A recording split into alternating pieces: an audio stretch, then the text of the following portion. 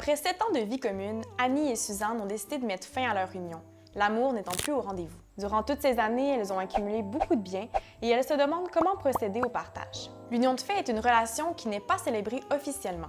Elle existe par le seul fait de vivre ensemble, sous le même toit, avec ou sans enfants. Aux yeux de la loi, les conjoints de fait sont considérés comme de parfaits étrangers. Il est donc très important de comprendre qu'aucune protection automatique ne s'applique à eux en cas de rupture. Au moment de la rupture, certains aspects sont à prendre en considération, comme modifier les documents juridiques, comme les testaments et mandats de protection, vérifier les comptes, carte de crédit, compte conjoint, dette, régler tous les points concernant les enfants, garde des enfants, droit d'accès et pension alimentaire, et effectuer les différents partages, biens communs, régime complémentaire de retraite, revenus de travail inscrits à la RRQ accumulés durant l'union.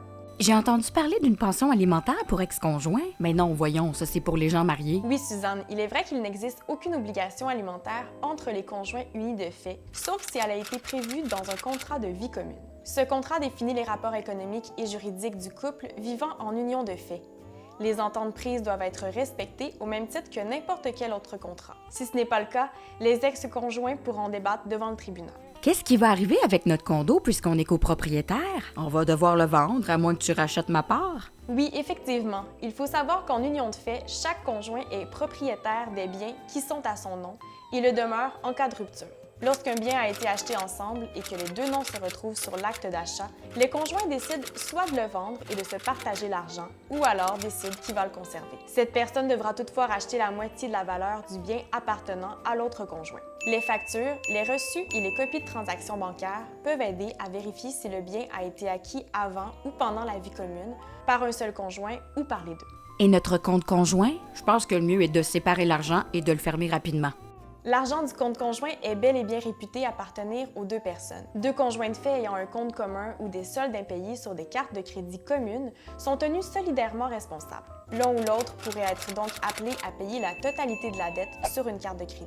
Lors d'une rupture d'union de fait, chaque partenaire demeure responsable de ses dettes accumulées au cours de l'union, même si ce sont des dettes liées aux besoins de la famille. Par exemple, si le compte d'électricité est au nom de Suzanne, c'est à elle qui reviendra la responsabilité de payer les factures d'hydro. Je suis certaine que j'ai le droit à quelque chose parce que grâce à moi, ta compagnie s'est enrichie. Il doit y avoir des recours possibles? Certains recours existent pour les conjoints unis de fait qui veulent obtenir des compensations financières ou récupérer leurs biens. Dans ton cas, Suzanne, on pourrait parler d'un recours que l'on nomme l'enrichissement sans cause ou enrichissement injustifié pour te faire rembourser un travail non rémunéré dans la compagnie familiale, un travail qui a contribué à ton appauvrissement et à l'enrichissement de ta conjointe.